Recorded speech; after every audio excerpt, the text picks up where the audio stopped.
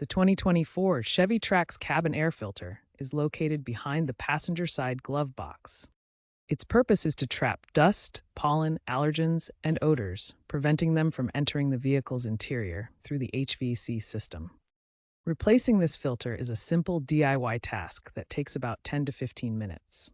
Regular replacement, every 15,000 to 25,000 miles or annually, ensures optimal air quality and efficient HVAC system performance.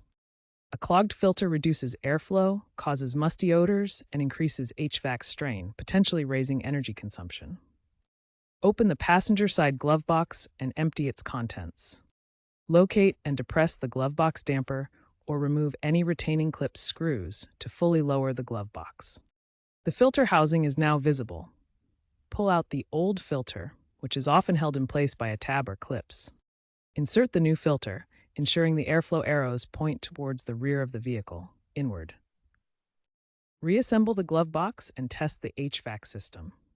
Remember to use an OEM or equivalent filter like AC Delco or Fram for proper fit. Incorrect filter installation can reduce efficiency.